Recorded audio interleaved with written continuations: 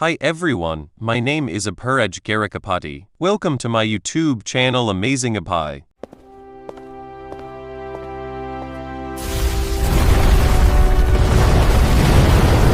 Don't just hear the story, enter it. Raged, the Marquise punches Blair while demanding to know where she is. The man remains silent. The Marquise, his anger rising, accuses him of tricking his innocent daughter. He draws his sword and warns the man to speak within 3 counts. As the Marquise continues, Kalli intervenes while urging him to stop and examine the contents of the room. Though unsure, Kalli suspects these items may be signs that Nasha has been involved in dark magic. After confirming with the nanny, it was confirmed that the blood writing in the letter belonged to Nasha. The Marquise asks Kalli if it's true that his daughter used black magic. Kalli explains that she was deceived by the man, which led her to use the dark magic. Also, the man ordered her to kill him and he was poisoned. The Marquise confirms if the poison was in the necklace Kalli had shown him, and he was revealed that it was Nasha's mother's necklace. The Marquise is shocked and unable to believe that his daughter used her mother's last possession as a weapon to kill someone. He thought she should never have used it. He then turns to our boy while knowing what the request will be. He, while understanding the situation, stays calm and remember the kindness he had previously shown him. Suddenly, a guard runs into the room while informing the Marquise that Blair has escaped. The Marquise is shocked by the news and shouts at the guard. The guard explains that Blair disguised himself as a maid. He also mentions that the soldiers are searching for him. The Marquise orders the guard to keep a close watch and find Blair. Kalli, upon hearing this, becomes even angrier. 2 days later, Kalli sits in a room with Snoren. His body is recovering, and the gypsy instructs him to mix silver powder with boiled water and drink it twice a day. Our guy asks how long Snoren plans to stay in the mansion. She explains that since his condition is improving, she seeks permission to stay and monitor his progress. He agrees while offering her a room on the 1st floor. Snoren reflects on Kalli's strength while noting how he has survived the poisons and overcome the ogre monster despite a leg injury. She also observes how he won the battle with the monsters. She wonders whether his survival is due to his incredible luck, his strong mentality, or his physical strength. As she contemplates this, Kalli asks her about her deep thoughts. She tells him to call if he needs anything. Then Kalli wonders if Blair gave Nasha painkillers, which might have caused her to suffer from hallucinations. He also thinks about what the Marquise said while deciding that he too will search for her. Once Kalli has fully recovered, he heads towards the slums to find Blair and Nasha. As he arrives, he realizes that it won't be easy to locate her there. He sees a little girl selling flowers and recalls that it's the time his second child is about to be born. He gives her money to buy some flowers. The little girl is surprised by the amount, but Kalli tells her to give him just one and keep the change. She thanks him. He finds it fitting as he's now an adult man. He also notices that area feels different from the city. Suddenly people begin running and a gang appears. Our boy inquires about them from the shopkeeper. The shopkeeper explains that it's the Diet Gang, which is here to collect protection taxes that is essentially robbery. He asks the shopkeeper to call the guards, but the shopkeeper refuses as everyone bribes the gang. He warns our guy not to get involved, as the gang can kill without hesitation and bury the bodies underground. Kalli feels frustrated but knows he can't ignore the situation. As he watches, one of the gang members kicks the flower-selling girl. Our guy is shocked. The gang members take the silver coin from the girl while wondering where she got it. They then approach the fruit shopkeeper while demanding a bribe for protection. Without hesitation, Kalli punches one gang member in the mouth.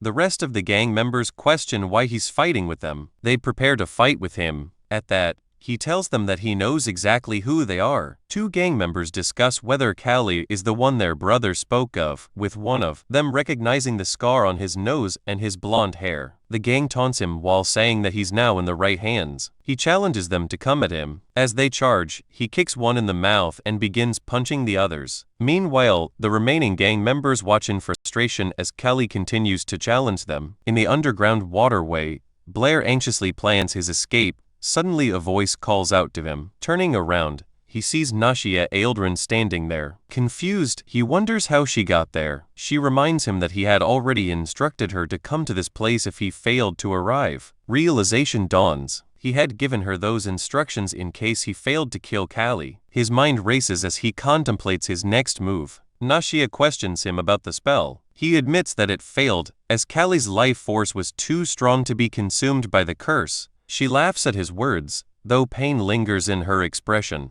While gripping her head, she accuses him of lying. She recalls how he had confidently walked away while claiming he would cast another spell, yet something about his actions felt suspicious. The dizziness she experienced was the clear symptom of a painkiller overdose, which only confirms her doubts.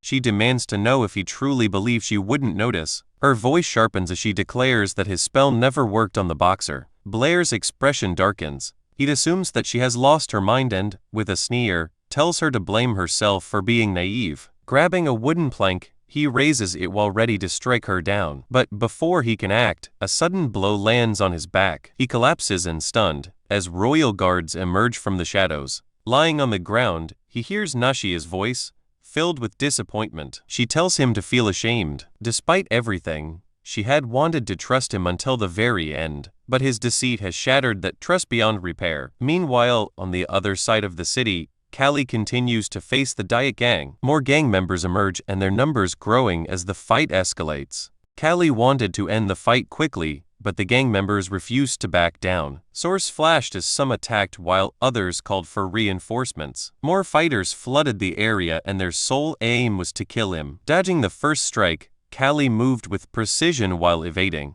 Every attack, one of the gang members lunged at him with a knife, but before the blade could reach him, Kalli seized his arm in an iron grip and dislocated it with a sharp twist. A scream of agony echoed as the opponent collapsed while writhing in pain. Without hesitation, Kalli delivered a brutal punch while knocking him unconscious. Another attacker rushed forward with blade in hand, but before he could strike, more gang members arrived. The entire Diet Gang had assembled and their sheer numbers overwhelming. One of the opponents sneered while declaring that Kalli wouldn't leave alive. Frustrated by his arrogance, Kalli cut him off mid-sentence with a devastating punch to the face. The man staggered backward, blood spilling from his mouth, while the others seethed with fury. The gang surged toward him, weapons raised in their rage, fueling their every move. From a distance, the gang leader observed the chaos unfold. Yet, despite their numbers, hesitation crept in. No one wanted to be the first to challenge the man who had already crushed so many of their own. Fingers pointed in every direction as they urged each other to move forward,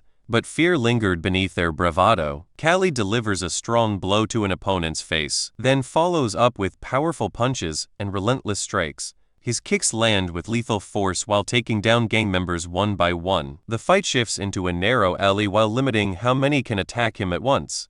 They come at him in pairs or alone, which works in his favor. He secures his position while striking them down as they approach. One of them hurls a knife his way, but he swiftly dodges. In response, he grabs a wooden piece and hurls it while embedding it straight into an opponent's eye. The gang leader, while seething with rage, orders his men to charge all at once while threatening death. To any who hesitate, Kalli doesn't slow down. Without a second thought, he surges forward while closing the distance in a flash. His fist crashes into the opponent with devastating force. Kalli keeps on beating the gang members. Then he takes out the knife lodged in his shoulder and throws it aside. The people in the market are shocked to see him fight alone and defeat all of them. Before we move ahead, please take a second to like on this video. A like tells me that you enjoyed this topic. Your support helps Amazing Pie grow naturally. Meanwhile, the gang leader remains furious. Frustrated by the loss of his entire gang, he turns to Nashia, considering a way to eliminate Kalli. Determined to take matters into his own hands,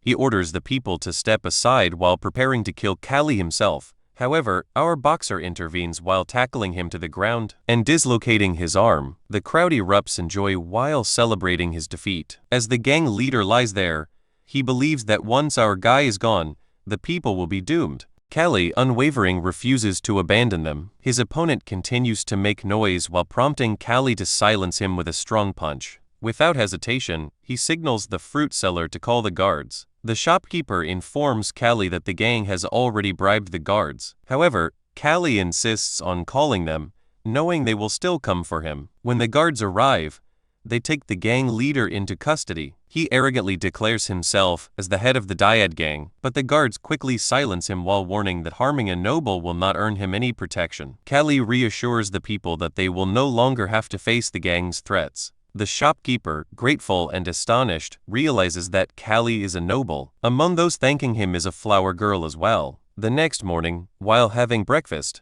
Began questions his whereabouts the previous day. Curious about the inquiry, Kalli listens as Began explains that rumors have spread about him single-handedly wiping out an entire gang. Kalli explains that he did not find those men trustworthy. At the same time, he has also been searching for Blair and Nashia. Before Began can say much, the sudden ringing of the kingdom's bell interrupts him. Confused by the sound, Kalli remains uncertain about its significance until Began informs him that the bell tolls only in the event of a death. With this, he realizes that the tournament might be put on hold due to the passing of the king. Soon crowds gather for the funeral. At the ceremony, Kalli meets Marcus. When asked about his well-being, he admits to searching for his daughter. Meanwhile, Kalli reflects on the consequences of the king's death, realizing that a child will now take the throne. His attention is then drawn to Crayon, whose demeanor stands out completely devoid of sorrow. He wears a smile, eager for his ascension.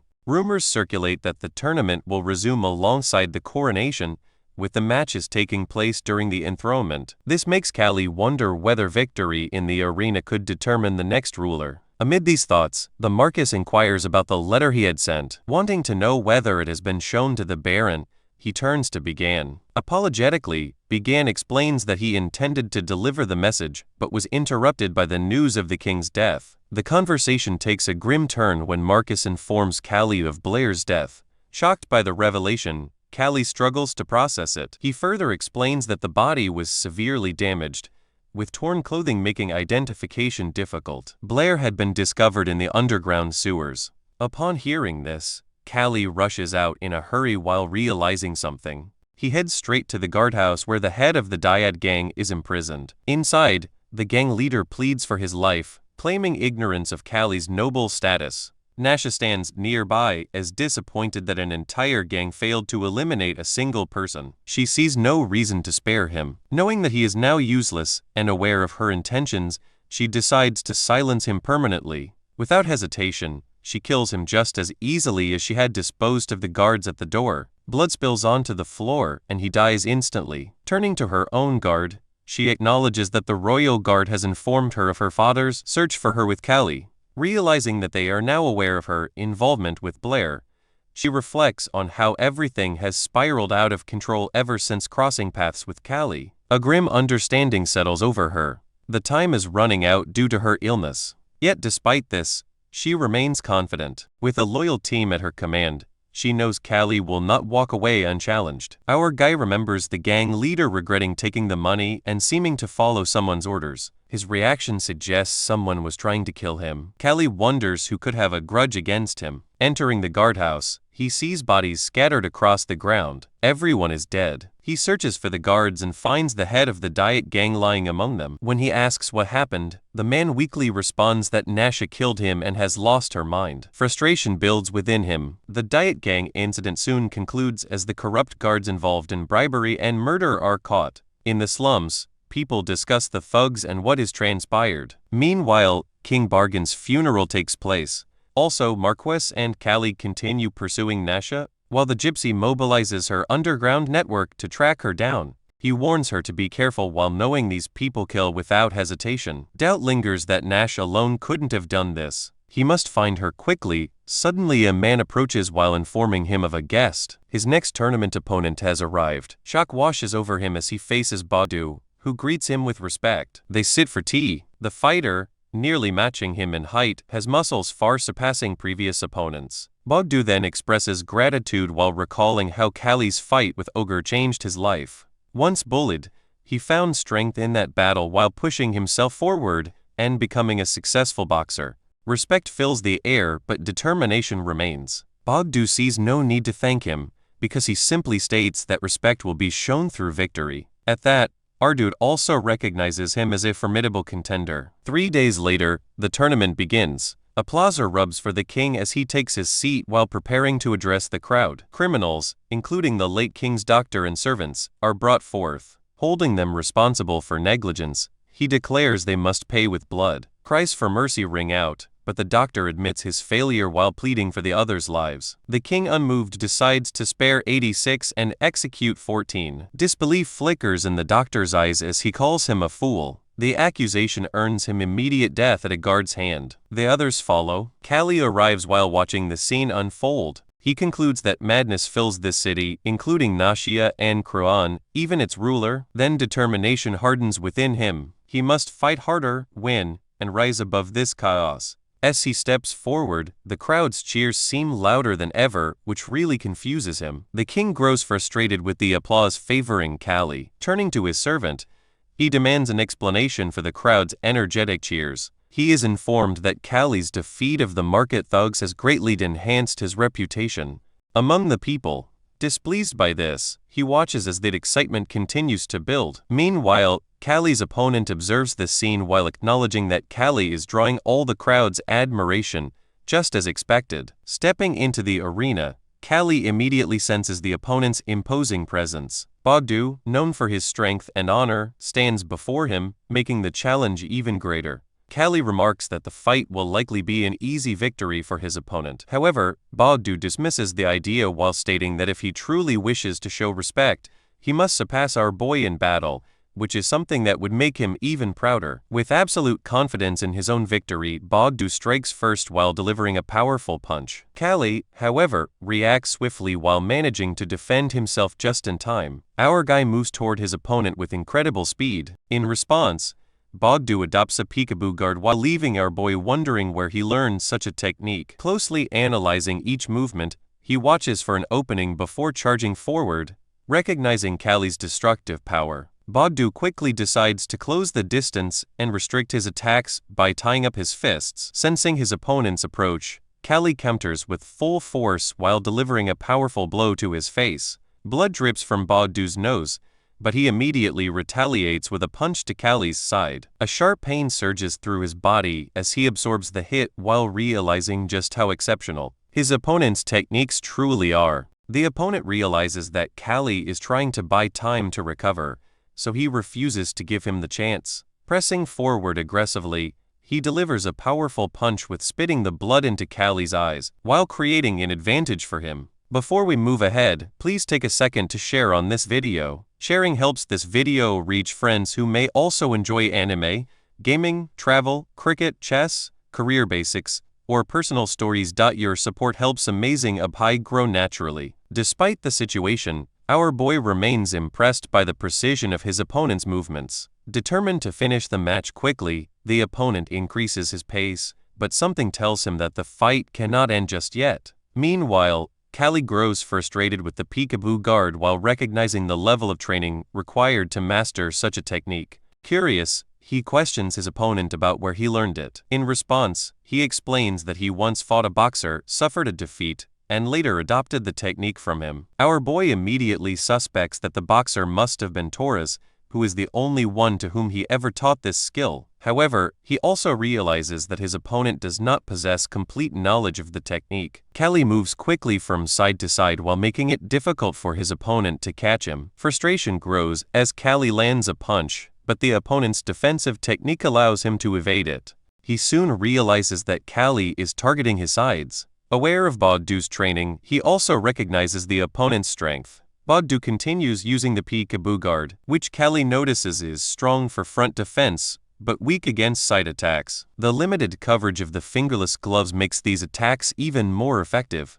Seeing this flaw, he strikes while landing a punch to the opponent's face. Then, he demonstrates his swing technique, which proves impossible for Bogdu to block. Frustrated, his opponent throws a punch, but Kalli swiftly ducks while avoiding the straight attack. Moving with speed, he dodges effortlessly while shocking the crowd. With a final powerful punch to the chest, his opponent crashes to the ground. Kalli acknowledges his skill and the crowd erupts in applause. Both fighters are seen as strong competitors, but the chants for Kalli fill the air. The prince watches in anger, displeased that his name is overshadowed by another. However, the king grows angry as the crowd continues to praise Kalli, especially on the day of his coronation. Frustrated, he orders the execution of the defeated fighter. His servant hesitates while pointing out that both have shown great skill, but the king steps forward himself while repeating the command. Shock spreads through the crowd at his reaction. Bogdu stands ready to accept his fate, but Kalli refuses to accept the decision. He steps forward while urging the king to spare him. The king, growing more impatient,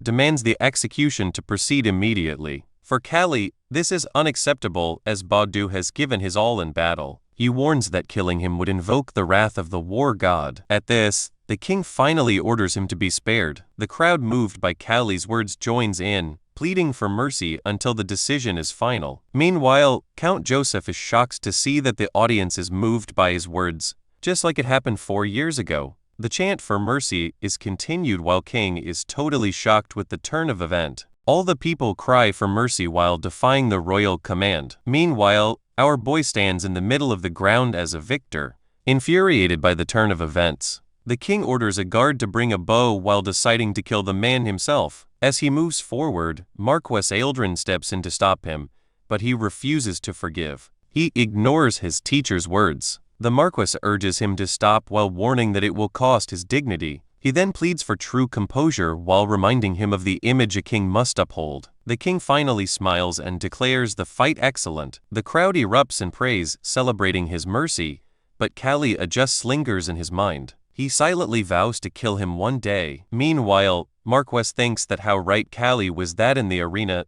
Victor is a king who is now our boy. Later, in the boxer's waiting room, Beacon tells Kalli the fight was reckless. Kalli remains confident they will not kill him, but Beacon still sees it as reckless. He remembers the fight with Ogre, where spectators demanded mercy and changed the ruling. He urges Kalli to withdraw from the tournament and return. Kalli silences him while stating he knows the king is just a kid who throws tantrums. Kalli asks Beacon to increase security around the manor. Confident in his victory, he prepares to become the tournament champion. Beacon stands beside him, baffled, but offering support. At the royal annex, the king grows frustrated with the slave.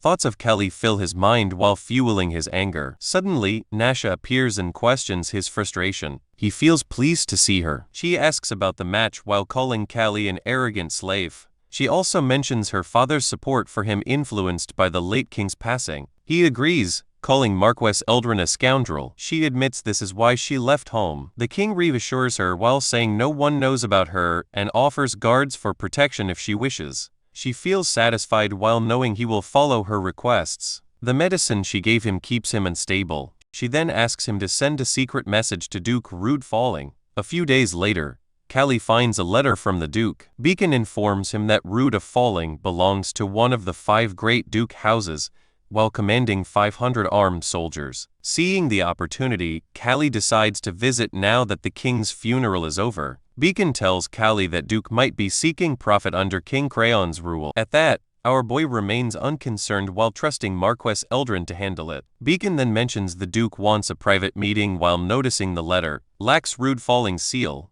Our boy realizes he wants to deny involvement if things won't turn out in his favor. Basically, the aristocratic factions of the kingdom revolve around the 5 dukes and Marquess. Marquess holds the title and commands the royal guard and army while the 5 dukes control their own territories and hold more power than a Marquess. However, their influence remains confined to their regions. Now, Duke Rude Falling has used the king's funeral as an excuse to act. Kalli wonders if the duke seeks profit under Crayon, but also recognizes he will have to face Eldrin. Doubt lingers over whether he aims to defeat the Marquess and take control of Crayon. Thoughts race about who might be supporting the king from the shadows. He also considers how both Rude Falling and Eldrin work to bring more influential nobles into the city. Before, their intentions toward him were unclear, but now the letter confirms his value. Frustration grows at being pulled into political schemes again. He thinks of following Beacon's advice and returning to his land, but refuses to leave without victory.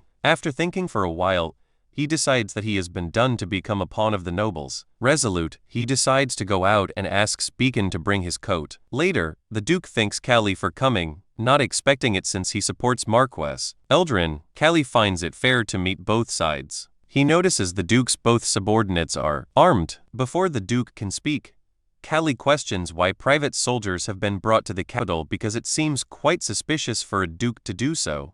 The Duke asks if this doubt comes from the Marquess.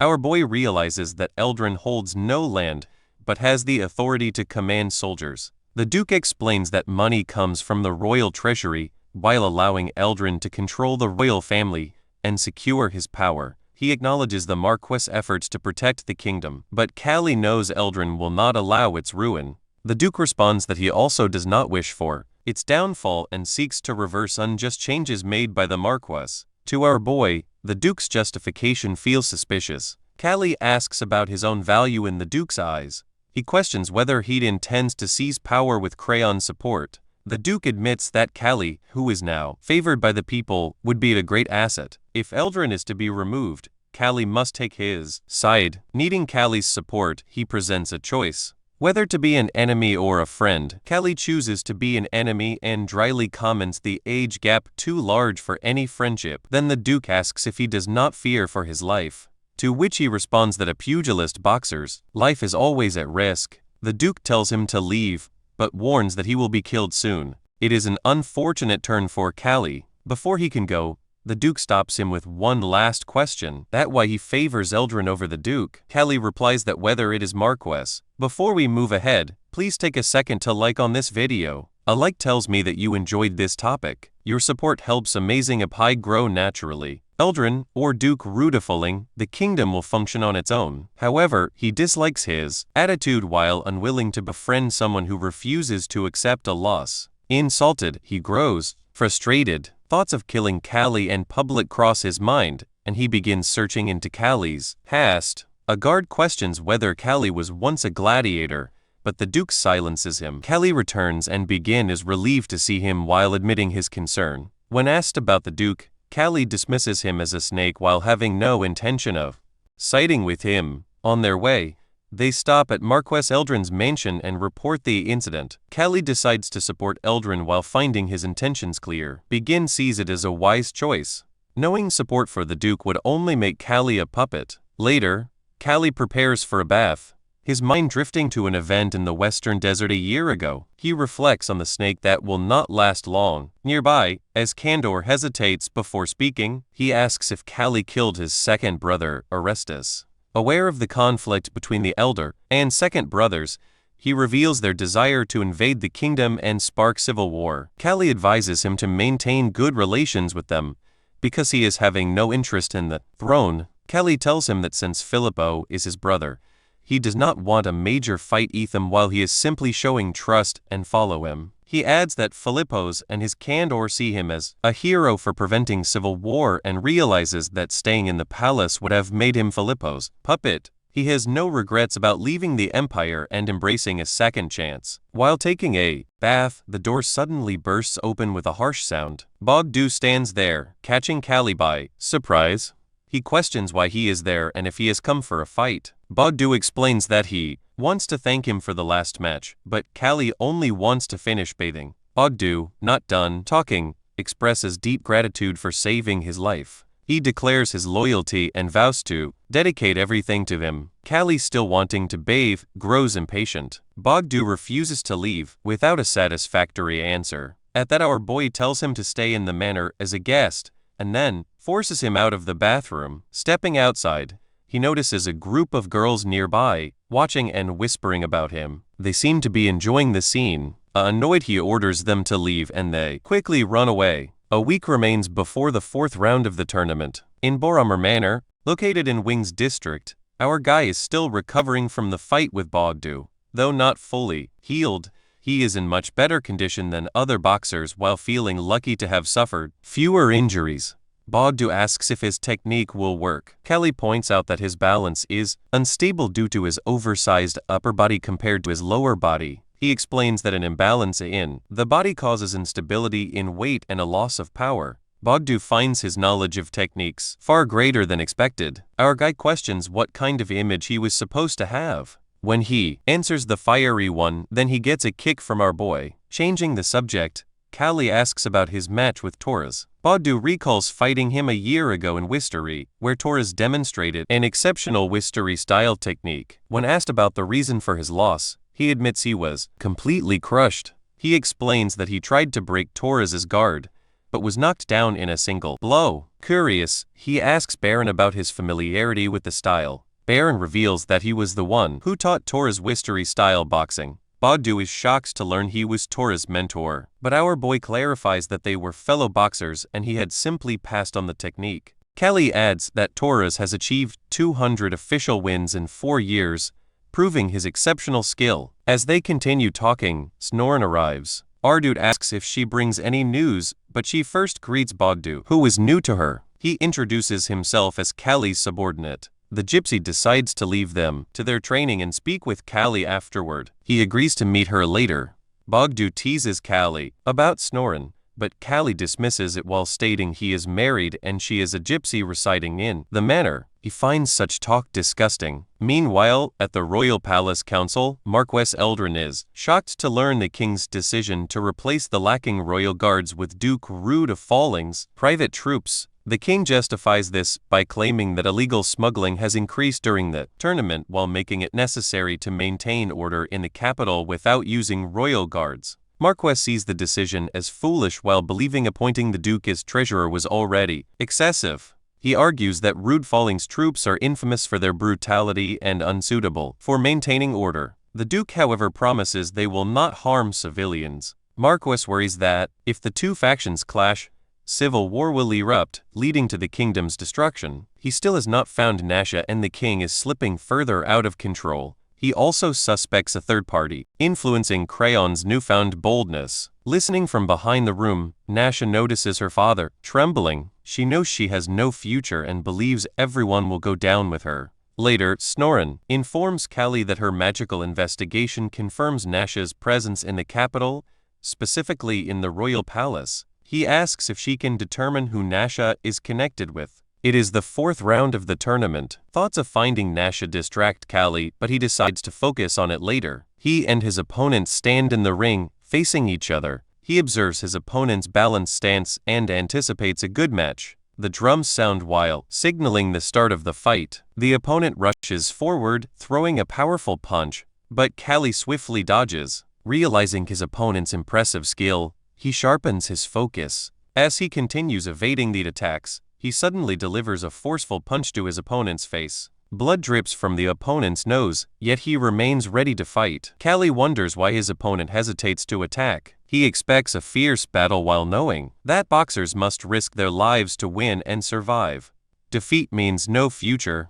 Instead of finishing his opponent, Kalli spares him, making a silent protest against the king's unjust laws. The crowd erupts in applause. From his seat, the Duke watches while recognizing Kalli's growing popularity. He realizes that our dude holds the support of both young nobles and commoners, which allows him to remain as too dangerous. Turning to a servant, the Duke demands confirmation of the order for Kalli's elimination. The servant reassures him that everything is in place. Still unsatisfied, the Duke commands him to ensure Kalli is silenced forever. Our boy asks his opponent why he refuses to attack. The opponent wonders if Kalli is mocking him by holding back, but he remembers the bribe that if he defeats Kalli, he will receive enough money to secure his family's future for generations. Determined to win, he decides to fight with full force. He lunges forward, throwing a strike. Kalli dodges, but a sharp pain shoots through his hand as a shallow cut appears.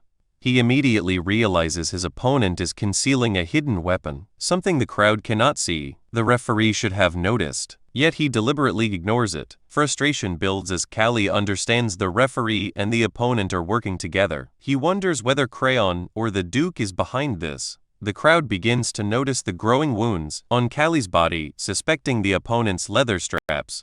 Annoyance turns to anger as Kalli assesses the situation. The opponent believes Kalli is losing while anticipating his reward. Seizing the moment, he moves in for another punch, but Kalli counters. The impact sends the referee sprawling to the ground. With no official to interfere, Kalli shifts his stance while moving swiftly to avoid the opponent's next attack. Then he grabs his opponent's mouth while telling him, this is not the end. He has given him a chance to prove his skills because if he falls too easily, the king will have him killed. The opponent pleads for mercy, but Kalli has already spared him enough. Without hesitation, he slams him down and stands victorious. Frustration burns inside him as he glares at the Duke, who has been scheming to make him lose.